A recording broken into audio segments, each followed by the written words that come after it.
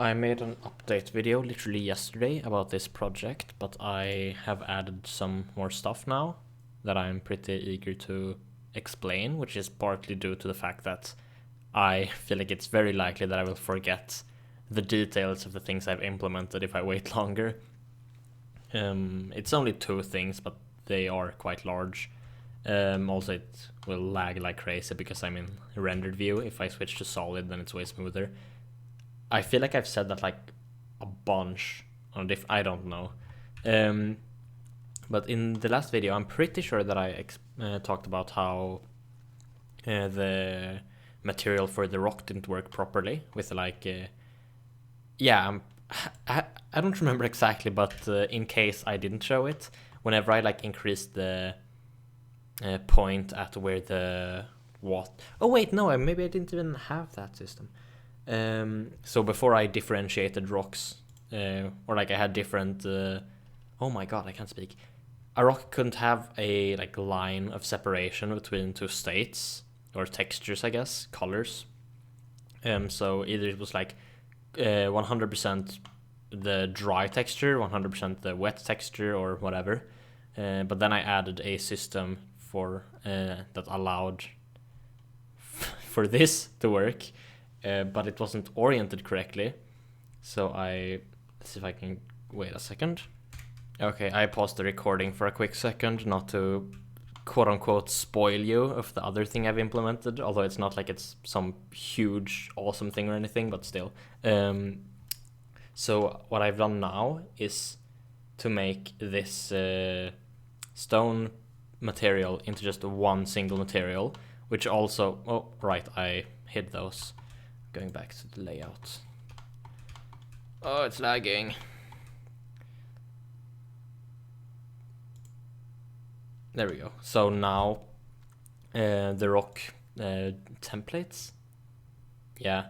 Now I only have one of each because now I only have the rocks material instead of rocks generic, rocks mossy, and rocks mossy wet, because that's a dumb system. So now I finally fixed that. So this rock, or like this material, I guess, is able to like have different states, I guess, and it's controlled by this color parameter. It is very dumb, but you don't really have the ability to make like variables that you can input into the materials that are specific to each object in a very good way. So I'm just forced to use this. So the RGB values control different things. Blue doesn't have a purpose yet, but G selects different like presets, or like color presets rather. So 0 is what I had before as generic, and 1 is mossy. And then the red value controls the water height. So if I increase this to, I don't know, 30, nope, 40, nope, 60. Yeah, then it becomes wet. Yeah, perfect. So here you can like control I can probably, well, not super well because whatever, it takes too long to explain, but you can control the water point thing. I don't remember what I put the color as. It was just 101. Yeah, okay. Yeah, so I've now added the rocks. Right, I haven't explained everything.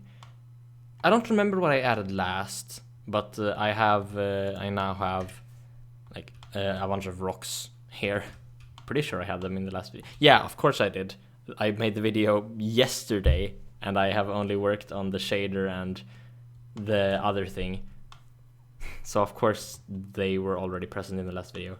But yeah, I've made the rock shader way better now. The second thing that I've done is work on the sky shader. Oh wow. So I have two suns here because it's fucking cool, I guess. I also have that like weird noise separation here. It's not, I'm not entirely sure if I'm completely done with the shader. It could potentially be improved later on, but yeah, I made this specific tab that has like turbo FOV, so I can actually see the sky better, because I have a system for the time of day, and it's so fucking hard to work on that when you have like an FOV of 0.1 degrees. You can't see any, like you can only see such a small segment of the sky. It's impossible to work with. So yeah, I just made this, and this is the all the logic or network or code, I don't know what to call it, for the sky. Or yeah, honestly, it's less than I thought it would be. A couple of hours ago, when I was still working on this, I wondered like, oh, I wonder how big this whole network is, and I zoomed out with expectation of it being like absolutely massive. And I mean, depending on who watches this could be fucking huge to what you were expecting. But for me, it's I don't know. I expected it to look cooler, but yeah, this has a bunch of I don't know, features, I guess. I'm just going through them so you can like read these headers, I guess. I don't know what to call them. Right, the time system. So if you if you change this variable, you can change the time of day, which, you know, rotates the Earth, I guess, or the planet, because it's not the Earth. I've tried to like I tried to make it blend colors in a good way. Like the colors that the sun gets, the sky colors and stuff like that. But it's not perfect, but I wasn't able to find like any tutorials or anything online. I was looking for like, oh, how to make a sky shader in Blender, and then all it showed was like, oh, use this, where is it? Yeah, sky texture.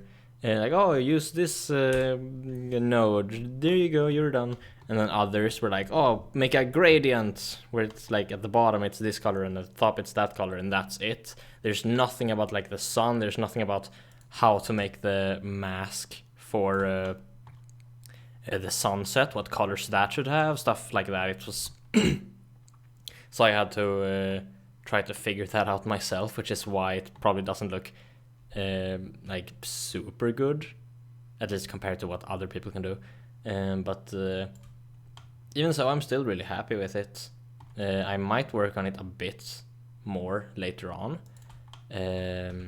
More specifically, adding a moon that orbits around the planet, and oh my fucking god, so many reminders. And potentially also adding other planets that orbit around well, maybe not orbits around the planet, but is in the same solar system that you're able to see, yeah, see from this planet. I mean, technically they would be orbiting no, they wouldn't. Nope, I'm just, I thought wrong, just overanalyzing, I guess. Well, yeah, alright, I put the, oh, ignore this line. Put the, I can't speak. Day cycle on, I animated the day cycle, there we go. It wasn't that hard to say. Yeah, it's not really.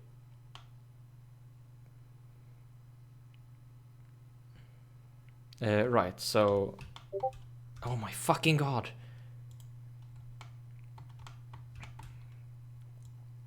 If the time is if the time is under the ground, yeah, it's the correct terminology, then the light for some reason bleeds through the meshes here.